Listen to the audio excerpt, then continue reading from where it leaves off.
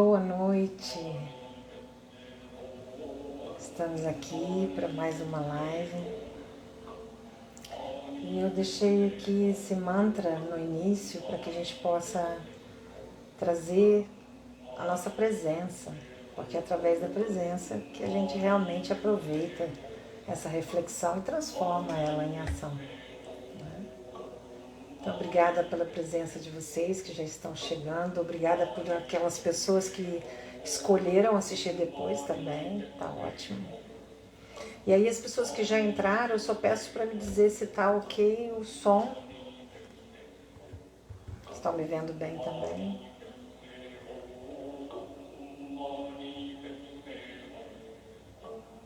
Então vamos trazendo esse estado meditativo para a gente começar, esse estado de plena atenção para a gente começar.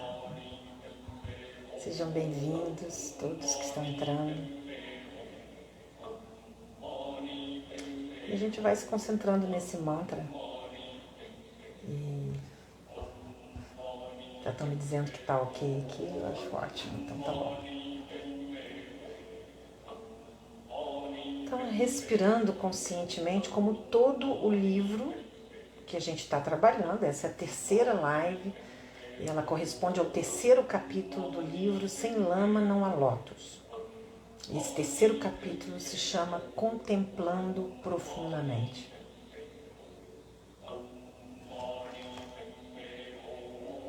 Eu vou tirando aqui o mantra para a gente começar. Enquanto isso, a gente vai ficando mais presente ainda, né? Esse mantra, Om Mani Padme Hum, é um mantra que é entendido como o mantra da compaixão. Ele, inclusive, é atribuído ao Buda, da figura feminina, que é a Kuan-Yin. No Templo Zulai, em Cotia, São Paulo, onde eu estive, com o meu grupo de Tai Chi Chuan, nesse templo existe uma linda imagem da Kuan-Yin, em pedra, muito bonito mesmo, uma fonte ali também de água. É uma experiência muito bacana, esses locais, né, no caso um templo budista, onde a gente pode encontrar a meditação como prática e também com todo esse visual rico e simbólico do budismo, né? Então, sempre falo para vocês que eu não sou nenhuma grande sabedora, não tenho nenhuma grande sabedoria sobre essa filosofia, mas me interesso. E a ideia aqui dessas lives é a gente poder trocar essa informação e trazer para a nossa vida essa beleza que é o treino da mente que o budismo oferece. Toda a visão budista está centrada em transformar um sofrimento, transformar essa vida mental sofrida numa vida mental de paz, harmonia, felicidade e compaixão. Essa é a grande pegada do budismo, né? Que nos ensina de alguma forma, de uma forma muito prática, como transformar nossas dores, nossa visão de mundo que nos adoece, numa visão de mundo, numa visão de nós mesmos muito mais saudável, muito mais equilibrada. Então, esse terceiro capítulo se chama Contemplando Profundamente. E aí entra uma coisa que muitas pessoas às vezes não entendem, não sabem como. Como que é isso? Como que é contemplar? E contemplar é estar na presença, observando sem julgar, observando com uma profunda curiosidade e abertura. Então a contemplação é essa abertura curiosa para aquilo que é. Mas vai além, é quando a gente olha para aquilo com este olhar, com essa lente amorosa. Então a contemplação ela envolve esse beber a realidade, esse saborear a realidade, não de um lugar julgador, de um lugar cobrador, rigoroso, que muitas vezes nós temos, mas simplesmente com essa abertura curiosa e amorosa para aquilo que é. Então ele faz no início desse capítulo uma metáfora muito bacana. Ele compara a nossa relação com o sofrimento, por exemplo, com a nossa relação com um bebê que chora, né? Um bebê que sofre ali e chora. O que a gente faz? Claro que a gente pode imaginar que muitas pessoas fariam muitas coisas, mas vamos colocar aqui de uma maneira muito simples. A gente olha para esse bebê e a gente busca imediatamente acolher esse bebê para que ele se aquiete, para que ele se acalme naquilo que está trazendo desconforto para o bebê. Não é? Então, naquele segundo capítulo, ele fala muito de acolher o sofrimento. Né? A gente dar um tempo de acolhimento ao sofrimento. Não importa qual é a sua emoção perturbadora. Né? Todo o budismo vai versar sobre a transformação das emoções, do desenvolvimento da inteligência emocional, que vai nos dar o degrau necessário para a gente alcançar essa inteligência espiritual maior, mais abrangente. Então, quando a gente olha um neném chorando, um bebê, a gente pega aquele neném, acolhe e a gente procura acalmar aquele bebê, procura acolher aquele bebê para que ele se acalme e ele entre novamente em algum equilíbrio. Em seguida, a gente vai tentar fazer o quê? A gente vai tentar entender a causa. Talvez seja o momento de trocar o bebê, talvez o bebê esteja com fome, talvez ele queira simplesmente esse afago, esse colinho. Então, quando ele fala contemplando profundamente o sofrimento, na realidade ele convida a gente a olhar, a acolher, perceber, acolher o sofrimento e aí sim, aos poucos se dedicar a buscar o entendimento da causa, a compreensão da causa do nosso sofrimento. Gente, quantas vezes, eu gosto de trazer as coisas banais para que a gente mais tarde estenda para as coisas essenciais e importantes da nossa vida. Mas se a gente observar no dia a dia, às vezes, por exemplo, no trânsito, a gente se irrita, a gente fica nervoso, a gente se agita e ali aquilo passa. E a gente segue em frente. O incômodo, aquele outro carro, o próprio trânsito, saiu ali aquela confusão, aquela dificuldade, a gente passa à frente. Assim a gente faz com muitas coisas da vida. Situações em que, nos nossos relacionamentos, situações em que a gente, de repente, no trabalho, ou mesmo em casa, na nossa intimidade, a gente vai passando por cima. E isso vai criando um acúmulo. E esse acúmulo é que é adoecedor. Sentir raiva, sentir revolta, sentir não aceitação do que está acontecendo, sentir profundamente triste, sentir preocupação, medos excessivos. Gente, isso faz parte da vida. Eu não conheço ser humano que não tenha visitado essas emoções. A questão não é nessa. A questão é quando a gente se demora nisso. Porque quando a gente se demora nessas emoções perturbadoras, sem consciência delas, sem contemplá-las profundamente para buscar a causa daquilo que me tirou do ar, eu realmente acumulo e adoeço. Gente, isso é invariável. Não tem uma exceção dessa regra. Todas as vezes que nós não damos atenção às nossas emoções e deixamos que elas se repitam, se acumulam, nós vamos adoecer, invariavelmente. A gente pode adoecer em qualquer um dos 4 níveis em que a gente vive a nossa realidade. O nível físico, o nível emocional, o nível mental e o nível espiritual. Geralmente, um desses é o carro-chefe que vai nos adoecer, vai mostrar que estamos doentes primeiro. Claro que a gente separa isso só pedagogicamente. Esses níveis existem dentro de nós de uma forma completamente integrada. Então não tem como separar, não, eu sou só espiritual, eu sou só físico. Está tudo junto e misturado, atuando em nós. Então olhar para isso, contemplar a nossa dor, buscar a causa desse nosso desequilíbrio é o caminho do treino da mente. Um caminho essencial para que a gente possa dominar o sofrimento. E a gente possa então trabalhar essa causa e aí sim, lá na frente, se libertar. Então, essa metáfora do bebê eu acho ela muito rica, porque ela dá esse entendimento. Bom, o que eu tenho que fazer quando eu estou assim, fora do ar, quando eu estou desequilibrado, quando eu não estou bem? Então, a primeira coisa, ele fala, toma consciência da sua respiração, uma coisa muito simples.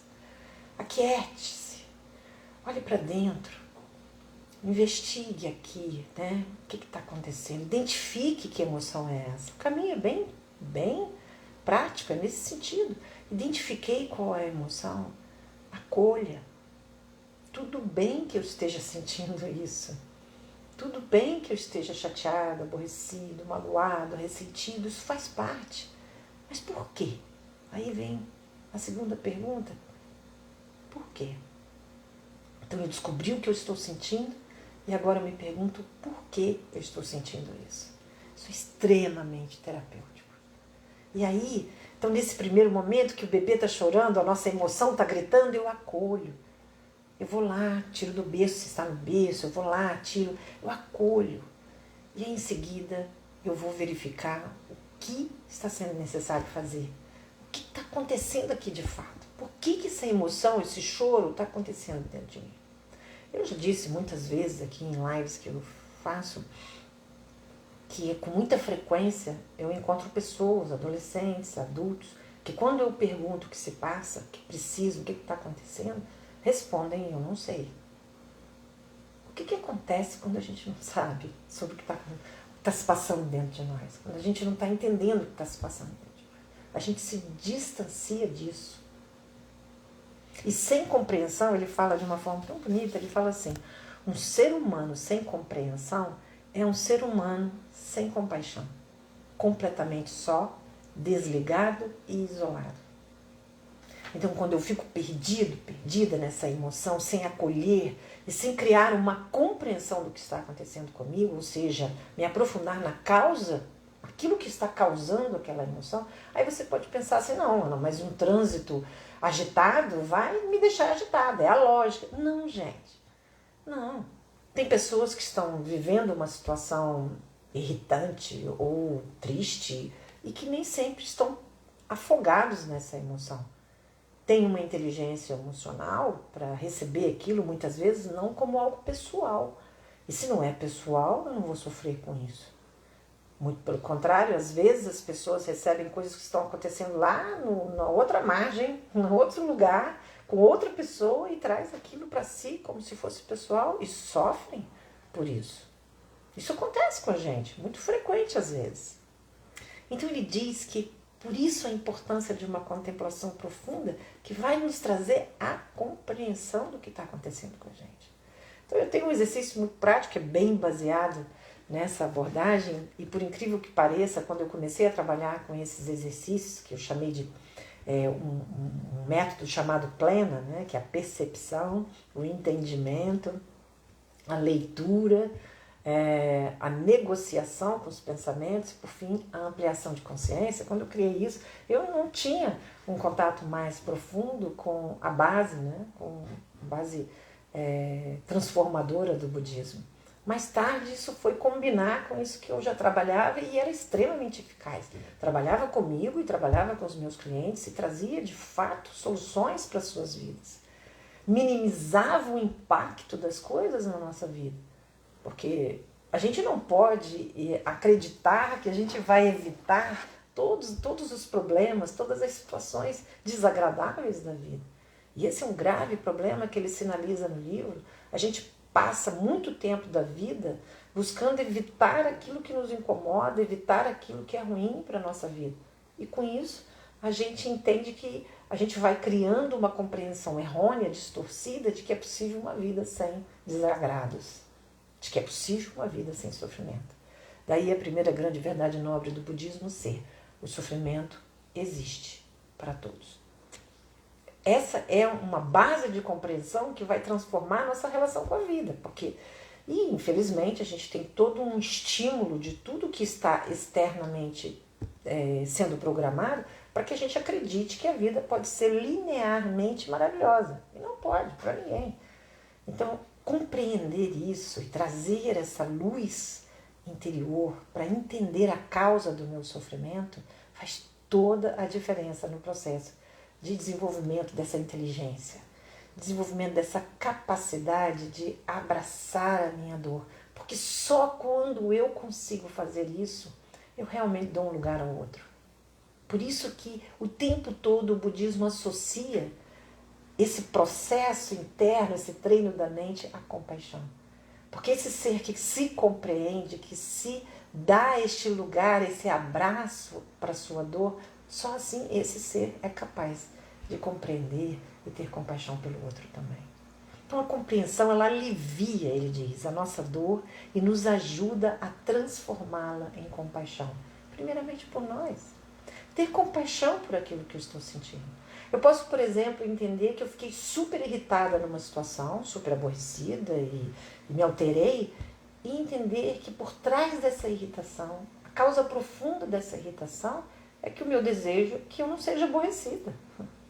Eu posso entender, por exemplo, que quando eu estou incomodada com as pessoas com as quais eu trabalho, ou mesmo com as pessoas que eu convivo, eu posso simplesmente entender que a causa por trás disso é que eu desejo ser atendida o tempo todo. Ou seja, que as pessoas me compreendam, que as pessoas façam como eu penso, que as pessoas entendam o que eu sinto, que as pessoas estejam dentro de mim para saber o que é melhor para mim. E aí a gente vai compreendendo muito amorosamente que esse estágio é um estágio infantil da nossa postura diante da vida. E diante de um estágio infantil, o que eu vou querer ler? Eu falo muito aqui, eu brinco que eu vou ganhar um prêmio com essa frase. A criança é um saco sem fundo. E nesse saco sem fundo, quanto mais eu tenho, mais eu quero. E aí eu não consigo, de forma alguma, de fato, amar ou ter compaixão. Porque quando eu tenho tudo, numa brincadeira aqui com a palavra, o outro não tem nada. Então, essa conexão real com as pessoas, da minha convivência, ela depende de eu estar consciente das minhas questões. Aí sim eu vou ter uma abertura, um espaço para que o outro exista também. Para que ele também tenha suas próprias necessidades, suas próprias dificuldades, a sua própria dor. Enquanto eu estou preso, egocentrado, preso naquilo que eu não aceito, naquilo que eu sequer compreendo, eu não consigo caminhar. Muitas vezes eu ouço também pessoas falarem que estão tristes e não sabem porquê, ou estão angustiadas e não sabem porquê. Contemplar profundamente é um exercício básico que ele sugere nesse capítulo, para que a gente possa olhar devagar para a gente e se perguntar o que está acontecendo aqui. Voltar um pouquinho o filme, talvez. Às vezes não é só essa consciência do momento presente. Às vezes eu preciso voltar o filme e compreender em que momento houve um gatilho, houve o início dessa experiência negativa que eu estou vivendo. Eu faço muito isso com pacientes que chegam ao meu consultório com alguma doença grave, por exemplo. É muito importante isso, né? Física, ou mesmo psíquica, psicológica, emocional. A gente volta um pouquinho no tempo, porque muitas vezes a pessoa está tão inconsciente do que se passa com ela, e quando está no corpo, gente, está totalmente inconsciente. O corpo, né? É por isso que é importante também a respiração. Porque quando eu trago a consciência da respiração, a respiração talvez seja uma das funções em que a gente pode trazer a consciência, exercitar a consciência corporal. Quando a gente entra em contato com a nossa respiração e percebe o nosso estado. Às vezes é uma respiração muito curta, muito alta, ou seja, estou ansioso, agitado. E aí quando eu trago uma respiração profunda, eu provoco, através do meu corpo, uma consciência diferenciada daquele momento. Então ele diz assim, né? E aí ele vai entrando, nesse capítulo ele vai entrando em assuntos muito complexos, eu penso, e talvez seria um capítulo até para aprofundar mais, mas a gente vai passar aqui, eu aconselho vocês a lerem, esse capítulo é espetacular. Ele vai dizendo que quando, né, da mesma forma como a gente entende o nosso sofrimento, fazendo esse filme voltar, a gente pode também ampliar a nossa visão e entender que às vezes o sofrimento não é só nosso. Isso é muito legal. Ele traz então, e a gente faz aqui um link com a visão sistêmica das constelações familiares, ele traz então as dores dos nossos antepassados, ou as dores contidas no inconsciente da nossa família.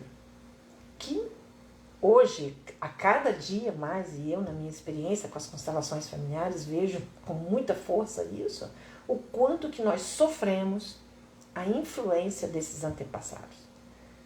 Então ele vai dizendo, assim como a muda de milho é a continuação de sua semente, você é a continuação de seus pais. Então é tão bonito isso, e seus pais a continuação dos seus avós, e seus avós a continuação dos seus bisavós. Reconhecer também isso e se compreender nesse sistema familiar faz com que a gente possa aprofundar essa compreensão. E isso é de fato transformador. Porque quando a gente entende muitas vezes que nós estamos, por exemplo, no que a gente chama de repetição sistêmica ou lealdade sistêmica, vivendo o mesmo, por exemplo, que a nossa mãe, vivendo o mesmo que a nossa avó, vivendo o mesmo que a nossa bisavó, e a gente consegue tomar consciência, né? Da mesma forma como pegar esse bebê que chora, acolher essa repetição, e aí a gente dar um lugar a isso, respeitosamente, de forma honrosa, entregar o destino daqueles que vieram antes, a gente pode seguir mais leve. Então ele faz esse link com a importância da ancestralidade, a importância de considerarmos que muitas vezes o sofrimento que me atinge, ele também foi passado de geração em geração. Ou seja, pessoas, por exemplo, que sofreram com relacionamentos amorosos, acabam replicando isso no sistema e isso passa a ser quase que uma marca do sistema. E quando um único ser, né, toma consciência disso, ele pode transformar isso e ele pode libertar o sistema dessa dor. Mas isso acontece através da consciência. Daí a força do treino da mente para a transformação da consciência, a transformação de tudo aquilo que virá.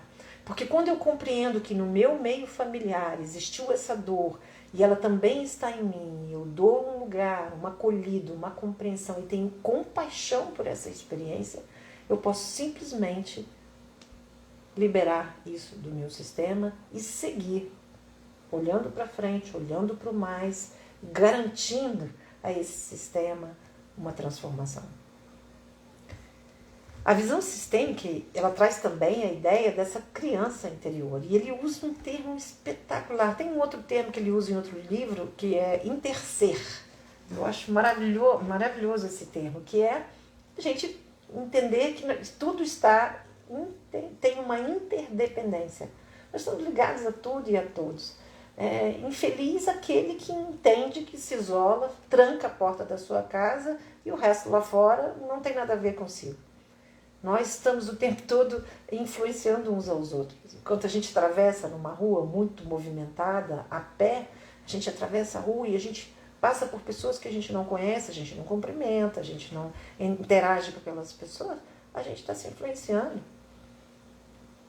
A gente já sabe hoje, através da física, da ciência, o quanto que a gente troca átomos. Por exemplo, quando estamos muito próximos uns dos outros, a gente não troca só vírus, a gente troca átomos. E esses átomos são informação, esses átomos são energia. Então a gente está o tempo todo, de alguma forma, uns fazendo parte dos outros. Isso, pessoas, mas a gente pode colocar no interser todos os seres viventes. Interagem, são ali de alguma forma, estão compartilhando uma realidade. E quando a gente esquece isso, a gente vai de fato adoecendo. O isolamento, por exemplo, é um sintoma da depressão. Não, nem todos os depressivos vão para esse lado, mas é um sintoma característico da depressão, do adoecimento desta autocompaixão e da compaixão pelos outros. A pessoa fica fechada na própria dor, fechada na própria amargura e não consegue enxergar aquilo que pode transformar de fato seus sentimentos, que é a compreensão, que é o acolhimento disso. Então ele usa o termo, esse ele não fala em terceiro, ele fala interexistir, que é a mesma coisa, né, gente? Interexistir. E ele diz que essa criança que nós fomos, que traz toda essa bagagem de experiências, que vivenciou lá o saco sem fundo que eu falo, as coisas que faltaram, e que não tinha recurso. A criança não tem recursos. Tem uma criança no berço chorando, que recurso que ela tem para sair dessa situação, gente? Zero. E quando a gente vai crescer, mesmo a criança que vai crescendo, ela continua com uma precariedade de recursos para lidar com as suas emoções. Ela não tem, por exemplo, como abstrair-se. A mamãe ou o papai estão muito aborrecidos, muito chateados. Ela não tem como abstrair que isso é da mamãe e do papai. E isso não se refere a ela. A criança é naturalmente egocentrada. Então, nesse egocentramento, e é necessário, porque é assim que a gente consegue estabelecer essa base de personalidade, essa criança fica ali nesse sofrimento sem solução. Então nós temos os mecanismos de defesa muito bem colocados pela psicanálise que fazem com que a gente crie um recurso que pode ser o deslocamento, que pode ser uma série de projeções, e a gente vai dando conta disso até chegar na vida adulta. A boa notícia é que essa criança está aqui ainda. Então, essa criança que você foi um dia, ela vive em você. E que maravilha poder falar dessa criança interior no Dia das Crianças, né? Porque essa criança precisa ser acolhida. Muitas dessas emoções perturbadoras, desses desequilíbrios que a gente vive, estão relacionados às situações da nossa infância ou algo relacionado à postura dessa nossa criança sem solução. Veja bem, o adulto olha para a solução. A criança se perde no desespero. Então, toda vez que uma pessoa me perguntou assim, como que eu vou saber? Eu achei ótima a pergunta. Ela me perguntou assim, como que eu vou saber se a minha criança que está indo na frente e tomando atitude, se eu estou agindo sem inteligência emocional ou não? Como que eu vou ter essa clareza? Como que eu vou saber disso? E aí eu expliquei para ela, toda vez que você insistentemente reclama, você está na criança. Toda vez que você insistentemente não aceita o que está acontecendo, uma situação, você está na criança. Toda vez que você culpa os outros ou culpa a si mesmo, você está na criança. Porque aí você está nessa inocência e culpa, nesse jogo de inocência e culpa, que cabe à criança. Toda vez, então, Lana, então eu não sou culpado por nada do que eu fiz. Para um adulto, isso deveria ser um caminho. Não culpado, mas responsável por tudo que você faz. Nós temos 100% responsabilidade por todas as nossas escolhas. Mesmo que tenham sido inconscientes lá atrás, a minha responsabilidade hoje é organizar isso e criar soluções diferentes daquelas que foram errôneas. Então, na realidade, essa criança interexiste, né? Mais ou menos assim, interexistir.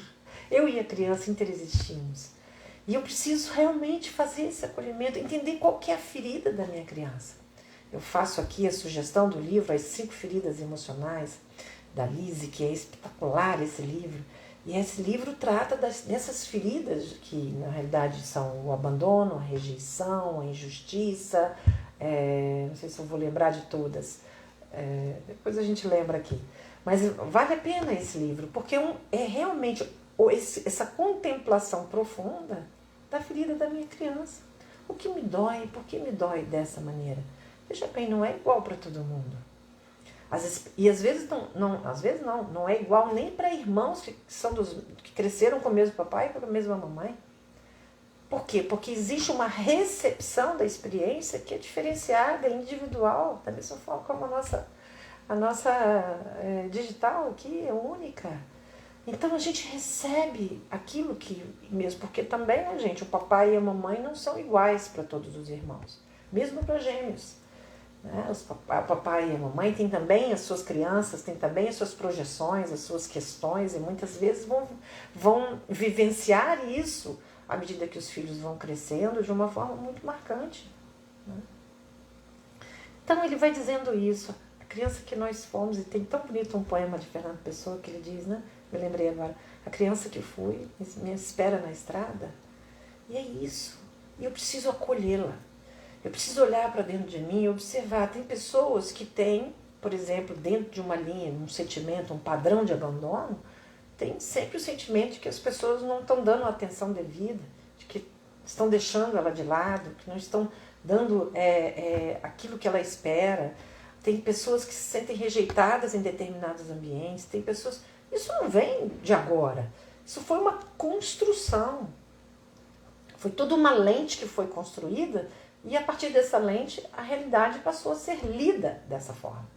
E é isso que nós podemos olhar, contemplar e transformar. O nosso corpo, nossa mente, né, contém esses sofrimentos, contém também essas esperanças, essas fragilidades, essas forças.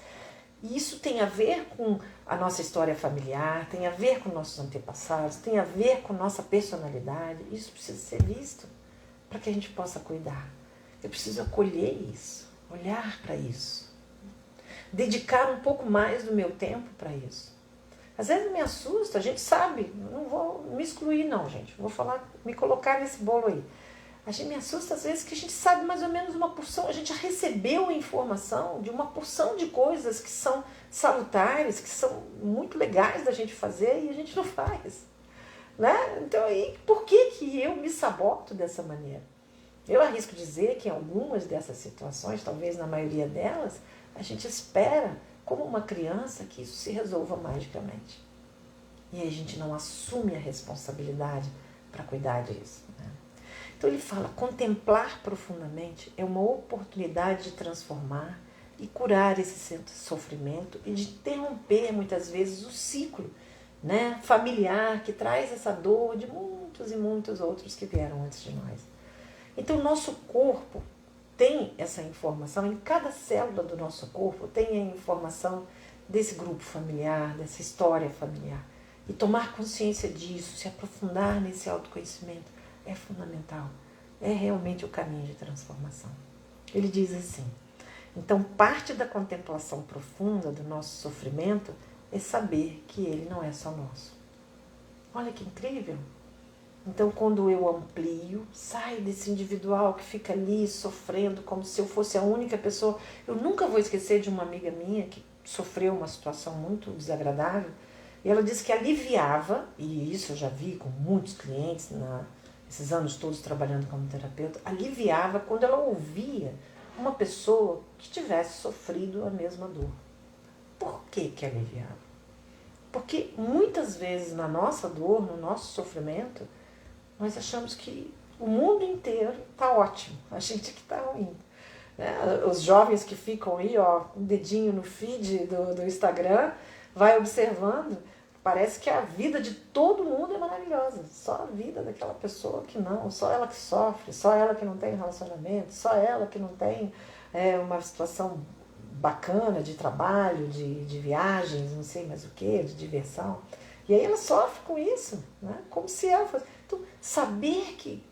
Então, quando a gente compreende isso, que na realidade nós estamos passando por situações emocionais que o ser humano passa de uma forma geral, a gente pode acolher isso também. Saber que também não é nosso só. Que tem também uma história por trás de tudo aquilo. Uma história que não é só minha. E quando eu olho para isso, eu posso transformar. Eu sempre gosto de usar essa metáfora, já usei aqui. Se a gente entra num quarto com a luz apagada, não é possível organizar esse quarto. Não é possível torná-lo mais aconchegante, mais confortável. Não tem como. Eu preciso acender as luzes. E a gente precisa acender as luzes da nossa consciência através desse exercício de contemplação profunda. Né? E aí ele vai citando, ele vai falando, ele gasta um tempo importante desse capítulo falando do medo. Eu costumo dizer que a gente vive a era do medo. E a era do medo gerou a era do controle. Então a gente tem uma necessidade absurda de controlar. E controlar para quê, gente? Quando a gente vai fazendo essas perguntas, nós já estamos praticando essa contemplação profunda. Imagine alguma coisa que te incomoda. Imagine alguma coisa que você gostaria que fosse diferente. Você pode observar que, na realidade, existe por trás desse desejo que fosse diferente um desejo de controle dessa coisa. E quando você quer controlar isso, o que você quer de fato? Você quer um favorecimento. Você não quer sofrer. Ele fala sobre isso. Quando a gente fica nessa luta para não sofrer, o que acontece? A gente simplesmente fica obcecado por buscar essa felicidade perfeita ou esse estado perfeito e perde a chance de estar feliz ou estar bem, apesar de algum momento em sofrimento, apesar da dificuldade, apesar do tropeço, apesar do obstáculo, eu posso viver um pouco melhor. E aí, o medo de várias coisas ele cita, né? E ele fala também o medo de morrer. Talvez seja um dos maiores medos que o ser humano tem, o medo de desaparecer, o medo de morrer. E aí, quando a gente pensa nisso, a gente lembra da pandemia, né, gente? Quanto que nós fomos sacudidos no nosso estado, muitas vezes inconsciente de vida, com relação à pandemia, quando muitas coisas fugiram ao controle. Isso, eu brinco, eu uso essa expressão, parece que a pandemia esfregou com um bombril na nossa cara, que a vida é incontrolável. E é impermanente também. E não tem como eu estar amarrando tudo de um jeitinho para que eu não sofra. A gente está com calor, liga o ar-condicionado. A gente está com frio, liga o aquecedor. A gente está o ser humano, a própria tecnologia, desenvolveu uma série de coisas para manter ou para criar cada vez mais conforto. Mas a gente não consegue tudo. Não dá para existir, por exemplo, no Rio de Janeiro, no verão do Rio de Janeiro, aqui do nosso estado, é um ar-condicionado central que refresca tudo. Se você sai de casa e vai para a rua, se você sai do carro e vai no caminho até entrar no trabalho, você vai sofrer o calor, não tem jeito. Faz parte da vida. Né? E aí ele fala, né, eu me lembrei que Buda ensinou que a gente sofre principalmente por apego, por aversão e por ignorância. Olha que interessante. Aqui daria um grande aprofundamento, mas eu vou passar rapidamente por isso. Quando a gente se apega, por exemplo, à nossa juventude, quantas pessoas sofrem, e hoje a tecnologia, a medicina trouxe inumeráveis recursos. Hoje mesmo estava na academia, hoje cedo, e aí estava conversando com uma mulher bem mais jovem do que eu, e aí a gente estava conversando sobre a menopausa, o envelhecimento da mulher e as dificuldades para emagrecer, por exemplo, diante da menopausa. E aí eu falando para ela assim, que, nossa, como eu senti diferença, né? À medida que a idade foi chegando, com a pele, vieram as rugas, aí ela respondeu de pronto, ela falou assim, mas isso aí não é mais problema. Rugas, isso aí não existe mais. E é verdade. Se você quiser, você evita isso. Mas a gente não vai conseguir evitar o nosso caminhar natural para o fim. Né? O registro que nós temos aí, o ser humano vive até 122 anos, o que foi registrado. Dizem que tem gente que viveu mais, eu não sei. Mas o que foi registrado pela ciência é que o máximo que o ser humano já conseguiu foi 122 anos. Mas a maioria de nós não vamos chegar nisso. Então, nós vamos caminhar para o fim. E quando a gente está apegado, seja as pessoas, as situações, as condições, a gente sofre. Então, a gente estava, de alguma forma, antes da pandemia, apegado a uma, vou dizer, falsa segurança e proteção, e de repente a gente se viu naquela total insegurança. Eu li recentemente que os medicamentos para a indução do sono, depois da pandemia, a venda multiplicou-se 6 vezes mais. Ou seja, se consumiu 6 vezes mais medicamentos para dormir do que antes da pandemia. Então, a gente entende que a reverberação negativa da pandemia, a gente ainda vai receber muita notícia a respeito disso, muito estudo também a respeito disso. Eu vejo, por exemplo, crianças e adolescentes já manifestando um resultado ruim disso, e agora a gente tem que cuidar. Existe uma síndrome pós-Covid, por exemplo, que é física, mas existe uma síndrome pós-pandemia emocional muito importante, que a saúde pública deveria dar uma atenção a ela. E assim a gente também, é o que nós estamos fazendo aqui, cuidando de olhar para dentro de nós e refletir, de forma que nessa reflexão a gente leve alguma coisa para a nossa vida prática. Né? Então ele fala desse medo, e ele fala que muitas vezes o medo da morte cria uma aversão. E a aversão é sempre um julgamento e uma exclusão. Por isso ela é tão problemática. E tudo isso tem uma colocação a respeito do budismo que eu acho muito bela, que diz assim que o desejo, a ignorância é a mãe de todos os problemas. E o desejo é o seu filho predileto. Muitas vezes a gente deseja que as coisas ruins não aconteçam. Como se pudesse. Mas elas acontecem. E eu preciso estar internamente preparado para recebê-las de uma forma inteligente. O que seria uma forma inteligente?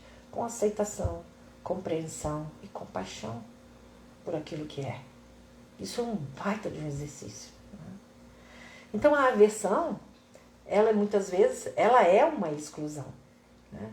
A gente não percebe, mas às vezes a gente tem microaversões durante um dia de várias coisas, seja do calor que a gente reclama, seja da comida que não está boa, e essa reclamação, essa lamúria constante é a nossa criança querendo um mundo perfeito.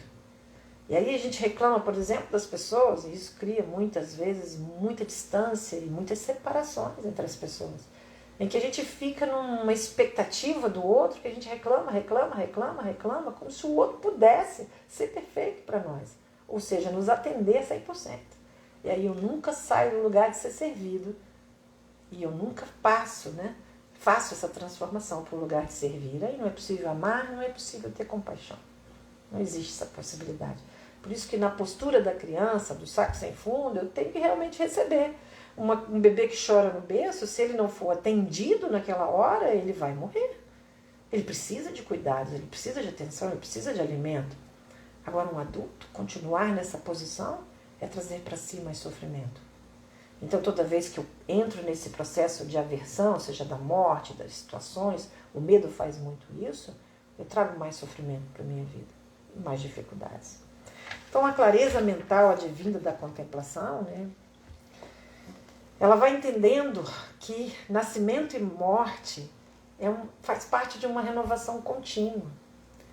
Esse entendimento alivia o nosso coração. Quantas pessoas eu encontro com pavor de doença, com pavor, às vezes até patológico, da morte e da doença. E isso vem de onde? Vem de uma postura infantilizada, fragilizada diante da vida como a vida é. E distanciada do momento presente, que no momento presente, se a gente se concentra nessa respiração, como ele sempre sugere, a gente pode trazer essa paz, essa calma para dentro de nós. E a compreensão de que, como adulto, eu posso olhar para a solução e descobrir ali um caminho, por exemplo, de pensamento melhor. Por que eu vou pensar agora em doença e morte se eu posso pensar em vida e saúde? Eu posso transformar isso, Então ele fala também que à medida que a gente vai trazendo essa luz para dentro de nós, a gente pode reencontrar, porque de alguma forma a gente já tem isso, a nossa verdadeira aspiração, que nós viemos realizar nessa terra. Então quando eu saio desse alimentar de um medo de morrer, na realidade eu me dou a chance de entender o porquê de viver. Isso é tão bonito, Então, quando a gente fica o tempo todo querendo evitar a dor, a gente se distancia desse propósito. Por que eu estou aqui? Porque imagina, gente, se a vida nossa fosse simplesmente não sofrer. A vida é um pouquinho mais do que isso. Eu posso, apesar de todas as dificuldades da vida, das situações que não são agradáveis para mim, eu posso perseguir algo maior. Deixar uma parte de mim aqui, fazer valer o que os meus antepassados me entregaram, que é a vida, fazer valer com algo. Pode ser muito simples, não precisa ser nada grandioso. Eu fico vendo na cabecinha desses jovens o quanto que eles sofrem com essa coisa da fama, como se tivesse que ser uma coisa muito grandiosa esse propósito. Não precisa ser nada grandioso, pode ser algo simples. Então diz assim, a felicidade fica restrita, muitas vezes, às conquistas. E a gente esquece algo muito maior, que é a aspiração profunda, uma realização profunda. Não são só essas pequenas coisas. Muitas coisas estão em jogo aqui quando eu me realizo. Então a felicidade, ela nesse momento, nessa coisa, ela fica irremediavelmente no futuro. Então quando eu me formar, quando eu comprar um carro, quando eu tiver uma casa, quando eu me casar, quando eu tiver filhos, e aí eu vou me perdendo, porque a felicidade está só lá no futuro, eu não posso viver agora, não posso sentir ela agora. Então agora eu vou convidar vocês a fazer um exercício rápido para a gente praticar isso que a gente está falando. Então, entrem numa postura, fechem os olhos, e entrem em contato com a sua respiração.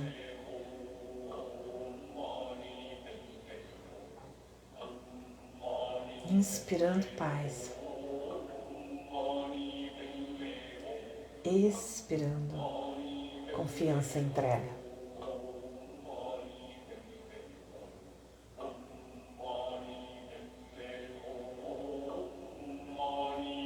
Esse mantra que nós estamos ouvindo, Om Mani Padme Hum, é um mantra da compaixão. Ele fala da flor de lótus que brota da lama, mas não se mistura à lama. Mani é joia.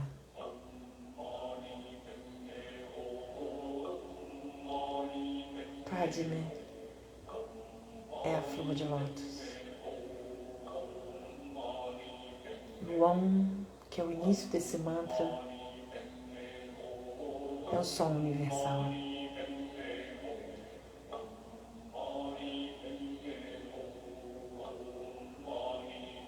Então vai entrando em contato com a sua respiração enquanto ouve esse mantra. Relaxando toda a musculatura que porventura esteja tensa. Soltando os ombros. Trazendo uma respiração amorosa para esse momento. Ou seja, máximo confortável.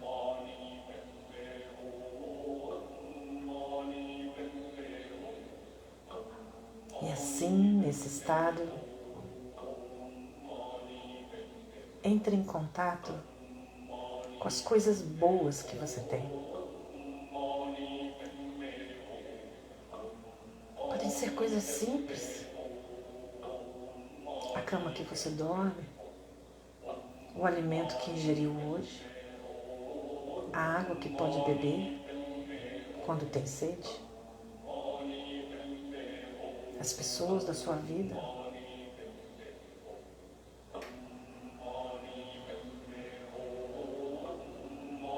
Entre em contato com essas coisas boas. Sorria para elas. Receba e agradeça. Você pode pensar que tem mãos, que pode ouvir. Você pode pensar que no frio pode se aquecer e no calor pode se refrescar. Coisas muito simples que você tem, conectando-se com todo o bem que você tem.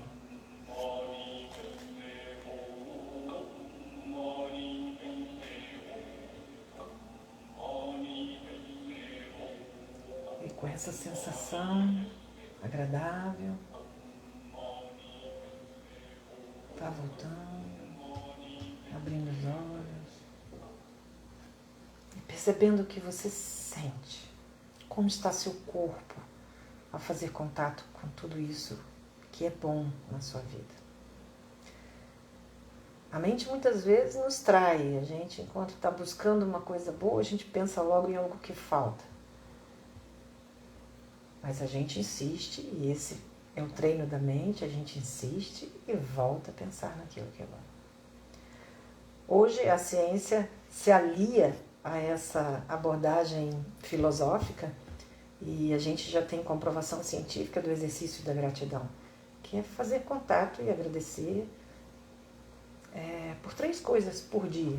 Todo dia, ao final do dia, você pensar em 3 coisas que aconteceram no dia que foram muito boas, ou boas, e agradecer por elas.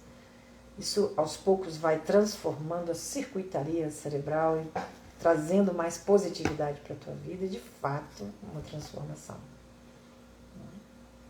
Então, é o autoconhecimento que vai trazer mais felicidade, mais realização e mais domínio sobre essas emoções perturbadoras. Eu preciso entender, eu preciso me fazer as perguntas. O que é isso que eu estou sentindo? Qualquer que seja o seu incômodo, o seu aborrecimento, vai para dentro, para um minutinho e se pergunta o que eu estou sentindo. E a partir do momento que você identificou o que você está sentindo, acolha como um bebê que está chorando e busque a causa. Por que eu estou sentindo isso? Em seguida você pode ir conversando, criando essa negociação com essa causa. Será que isso que me incomoda, eu posso, por exemplo, estar incomodado com alguém? O ser humano tem essas coisas, né? Se incomodam uns com os outros. Eu posso estar incomodado com alguém, e aí eu penso, eu posso mudar alguém? Como seria a minha vida se eu aceitasse o outro como o outro é? E de repente isso vai modificando aqui dentro da gente. Eu posso me perguntar, por exemplo, quando vem o medo da morte ou da doença, o que eu estou fazendo aqui na Terra? Qual seria a minha aspiração mais profunda? O que eu posso realizar? Porque quando eu estou olhando para o mais, gente, não tem espaço para ficar pensando no fim. Olha como a morte está relacionada ao propósito, à nossa aspiração mais profunda. O budismo faz isso de um jeito muito belo. Quando eu estou ligado na vida, naquilo que eu vim entregar para a vida, não sobra tempo para ficar pensando no fim. Eu tenho algo a fazer, eu tenho algo a entregar, e isso me conecta com a vida, me dá força. Isso é muito importante. Então, o que me impede de me conectar com o que eu vim fazer? O que eu posso fazer para estar mais perto daquilo que eu vim realizar nessa vida? Às vezes, nós temos um corte naquilo que a gente veio realizando. Alguma história terminou, um filho que cresceu e foi para a vida e se tornou adulto, né? A questão do ninho vazio. E aí eu preciso recriar o meu propósito. Nós podemos trazer, se meu propósito por muito tempo era cuidar do meu filho, eu estou falando de amor. Então eu posso cuidar de outros, de um projeto, eu posso cuidar de outras pessoas, eu posso. Se é esse o meu propósito, mas eu preciso encontrar qual que é. Aquilo que faz vibrar o meu coração, eu preciso encontrar isso. Então eu preciso perguntar, o que me impede? Ele diz, o caminho da compreensão é iniciado ouvindo a si mesmo, pois as raízes do nosso sofrimento estão profundamente conectadas com as raízes do sofrimento dos outros. Isso é tão bonito, porque é a raiz da compaixão, né? Ou seja, eu sofro nas relações porque os outros sofrem e acabam transbordando esse sofrimento e me atingem. Olha como é importante, um único ser que se cuida, tá de alguma forma, indireta, mas está cuidando de todos. E eu sempre falo, nada resiste ao cuidado. Se a gente cuidar a partir de agora, dar essa atenção àquilo que se passa dentro de nós, alguma transformação acontece. Então ele fala assim, quando não houver mais acusação ou crítica em seus olhos, quando você for capaz de olhar os outros com compaixão, verá as coisas de maneira muito diferente. Um ser humano sem compreensão e compaixão não é um ser feliz. Olha a associação. Completamente diferente do que o mundo vende para nós, né, gente? Porque aqui a gente está o tempo todo entendendo que a gente vai ser feliz se a gente tem coisas, se a gente vive experiências alegres, se a gente tem diversão, se a gente tem facilidades, né? Favorecimentos, a gente acha que é isso. Mas ele está colocando uma outra proposta. Todo o budismo faz isso. Nos conectarmos com a compaixão. O bem para nós e para os outros. Isso, por si só, nos traz a felicidade. Então, com consciência plena, ele diz, os sentimentos que eram dolorosos e difíceis se transformam em algo belo. O bálsamo magnífico e curador da compreensão e da compaixão. Então, a prática dessa comunicação interna muda tudo, gente. Então, conversem consigo mesmos, todos os dias. Sentiu alguma coisa? Isso vale para as coisas boas também, mas, em geral, os incômodos precisam ser mais vistos, porque eles vão levar a gente no acúmulo para um adoecimento. Então, é preventivo olhar. Não esqueça um amigo meu que é médico, quando eu falei psicologia preventiva, ele arregalou um olho e disse assim, mas o que é isso? Como assim psicologia preventiva? Essa prática que o livro sugere é extremamente preventiva. Eu ouço com muita frequência pessoas que eu atendo dizendo, gente, é tão legal isso, as pessoas dizendo assim, nossa, mas agora eu não fico mais chateado por tanto tempo. Aquela história ali, se fosse lá atrás, eu ia ficar destruído. Olha só que coisa interessante, vai mudando dentro da gente a nossa recepção. Seja do que o outro faz, do que o outro fala, do que as coisas que acontecem, eu vou lidando melhor, com mais inteligência emocional com todas as coisas, né? Então essa compaixão inclui também a gente ouvir mais do que falar, né, gente? Então se eu estou ali atropelando o outro, não estou dando conta de ouvir, eu não consigo ter essa escuta amorosa. Isso está na base também da comunicação não violenta, né? Em que a gente vai aprendendo a sair desse olhar crítico, julgador, que exclui, que tem essa aversão, que parte de uma ignorância, e vou entrando numa relação comigo mesmo e com a vida muito mais saudável, muito mais harmoniosa. Então ele termina o capítulo convidando a gente para a gente ser sino de consciência na vida dos outros. estilo de consciência plena na vida dos outros. Eu citei aqui, acho que até nas outras 2 lives eu citei o que acontece na Plum Village, que é a comunidade que o Thich Nhat Hanh criou. O Thich Nhat Hanh não está mais entre nós, ele faleceu em 2019, mas ele deixou esse legado espetacular de uma comunidade onde a paz, o amor, a compaixão eram cultivados. E lá na Plum Village tinha essa prática de um sino que tanto em tanto tempo tocava, e tudo que você estava fazendo, todas as pessoas que estavam na comunidade paravam e tomavam consciência do seu estado. Imagina se a gente fizesse isso um pouquinho a cada dia, a gente estaria acumulando muito menos, né, gente? Então ele fala aqui no final que a gente pode fazer um combinado uns com os outros, né? Eu acho que isso, de repente, numa relação de casal, podia ser uma coisa muito funcional numa relação de casal. Que combinado seria isso? Você pode combinar, a sugestão dele é que toda vez que um se altera, que uma pessoa não está ali muito bem, uma pessoa que a gente ama, a gente combina de dar a mão a essa pessoa, um aperto de mão a essa pessoa, né? Quando a gente percebe um sentimento perturbador, uma fala, né, que não é legal, e aí combina que isso é uma ativação do despertar, né? Esse toque é uma ativação do despertar, né? Como se a gente, e junto com esse toque, a gente dizer amorosamente: eu estou aqui para você. Você não tem que fazer coisa alguma a não ser respirar. Então aí a pessoa está ali naquele transe, seja de raiva, de medo, de preocupação, e ela pode simplesmente aquietar a mente, simplesmente respirar, ouvindo: eu estou aqui para você. Então, gente, é isso. Eu agradeço muitíssimo quem que está assistindo depois, quem está aqui comigo. Eu agradeço muito mesmo a presença de vocês, e que a gente possa praticar, levar para a nossa vida esses simples exercícios que eu fiz aqui, se conectar com as coisas boas que a gente tem. Parece uma coisa tão óbvia, mas a gente não faz. E não fazendo, a gente dá lugar à falta, dá lugar à criança saco sem fundo. Então agora que a gente possa trazer a nossa criança para a alegria, para a felicidade de viver, de agradecer, de brincar, mas não essa criança teimosa, voluntariosa, que quer o tempo todo do jeito dela, que a gente possa ir transformando essa criança resistente a aceitar a vida como a vida é, resistente a aceitar que a brincadeira às vezes tem que acabar, e a gente tem que fazer as coisas sérias. Quantas pessoas chegam para mim reclamando do trabalho, gente? E eu costumo dizer assim, é uma expressão muito conhecida, eu falo: gente, são os ossos do ofício. Como que você vai reclamar, por exemplo, se você lida com pessoas, se você vai reclamar das pessoas? O teu trabalho, se o teu trabalho é lidar com as pessoas, como é que você vai reclamar das pessoas? É porque na mente tem uma ideia fantasiosa de que todo mundo tem que ser ok. No mundo de imperfeitos, gente, todos são perfeitos para nós. E se a gente entende isso, a gente transforma as nossas relações e a nossa vida. Uma boa noite para vocês, um bom finalzinho de feriado e muito obrigada.